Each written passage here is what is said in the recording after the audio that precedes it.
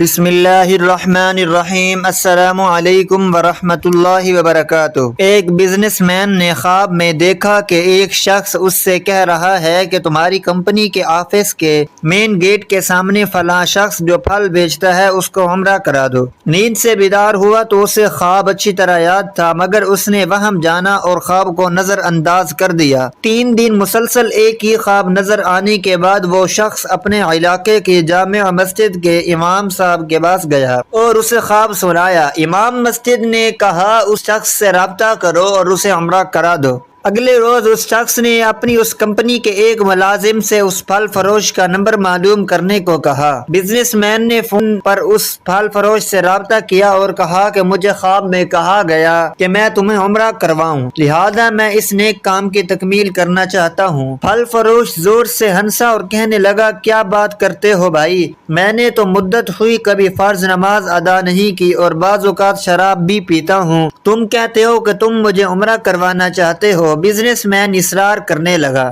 اسے سمجھایا کہ میرے بھائی میں تمہیں عمرہ کروانا چاہتا ہوں، سارا خرچ میرا ہوگا۔ خاصی بحث اور تمہید کے بعد آدمی اس شرط پر رضامند ہوا کہ ٹھیک ہے میں تمہارے ساتھ عمرہ کروں گا، مگر تم مجھے واپس ریاض میرے گھر لے کر آؤ گے اور تمام تر اخراجات تمہارے ہی ذمہ ہوں گے۔ وقت مقررہ پر جب وہ ایک دوسرے کو ملے تو بزنس مین نے دیکھا کہ واقعی وہ شکل و صورت سے کوئی اچھا انسان نہیں دکھائی دیتا تھا۔ اس کے چہرے سے آیا تھا کہ وہ شرابی ہے اور نماز کم ہی پڑھتا ہے۔ اسے بڑا تعجب ہوا کہ یہ وہی شخص ہے جسے عمرہ کرنے کے لیے خواب میں 3 مرتبہ کہا گیا۔ دونوں مکہ مکرمہ عمرہ کرنے کے لیے روانہ ہو گئے۔ میقات پر پہنچے تو انہوں نے غسل کر کے احرام باندھا اور حرم شریف کی طرف روانہ ہوئے۔ انہوں نے بیت اللہ کا طواف کیا، مقام ابراہیم پر 2 رکعت نماز ادا کی، صفا مروہ کے درمیان سعی کیا، اپنے سروں کو منڈوایا اور اس طرح عمرہ مکمل ہو گیا۔ اب انہوں نے واپسی کی تیاری شروع کر دی۔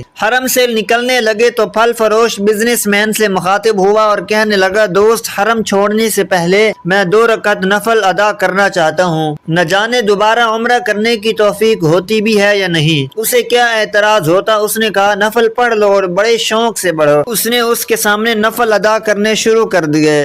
جب سجدہ میں گیا تو اس کا سجدہ طویل سے طویل تر ہوتا چلا گیا۔ جب کافی دیر گزر گئی تو بزنس مین نے اسے ہلایا۔ جب کوئی حرکت نہ ہوئی تو اس پر انکشاف ہوا کہ پھل فروش کی روح حالت سجدہ ہی میں پرواز کر چکی تھی۔ پھل فروش کی موت پر اسے بڑا رشک آیا اور وہ رو پڑا کہ یہ تو حسن خاتمہ ہے، کاش ایسی موت میرے نصیب میں ہوتی۔ ایسی موت تو ہر کسی کو نصیب ہو۔ وہ اپنے آپ ہی سے یہ باتیں کر رہا تھا۔ اس خوش قسمت انسان کو غسل دیا گیا اور احرام پہنا کر حرم میں ہی اس کی نماز جنازہ ادا کی گئی۔ ہزاروں فرزندان اسلام نے اس کا جنازہ پڑھا اور اس کی مغفرت کے لیے دعا کی گئی۔ اس دوران اس کی وفات کی اطلاع ریاض اس کے گھر والوں کو دی جا چکی تھی۔ بزنس مین نے اپنے وعدے کے مطابق اس کی میت کو ریاض پہنچا دیا، جہاں اسے دفن کر دیا گیا۔ بزنس مین نے پھل فروش کی بیوہ سے تعزیت کرنے کے بعد کہا، میں جاننا چاہتا ہوں کہ تمہارے شوہر کی ایسی کون سی عادت یا نیکی تھی کہ اس کا انجام اس قدر عمدہ ہوا اور اسے حرم میں ہی حالت سجدہ میں موت آئی۔ بیوہ نے کہا، بھائی میرا خامد کوئی نیک و کار آدمی تو نہیں تھا اور اس نے ایک لمبی مدت سے نماز روزہ بھی چھوڑ رکھا تھا۔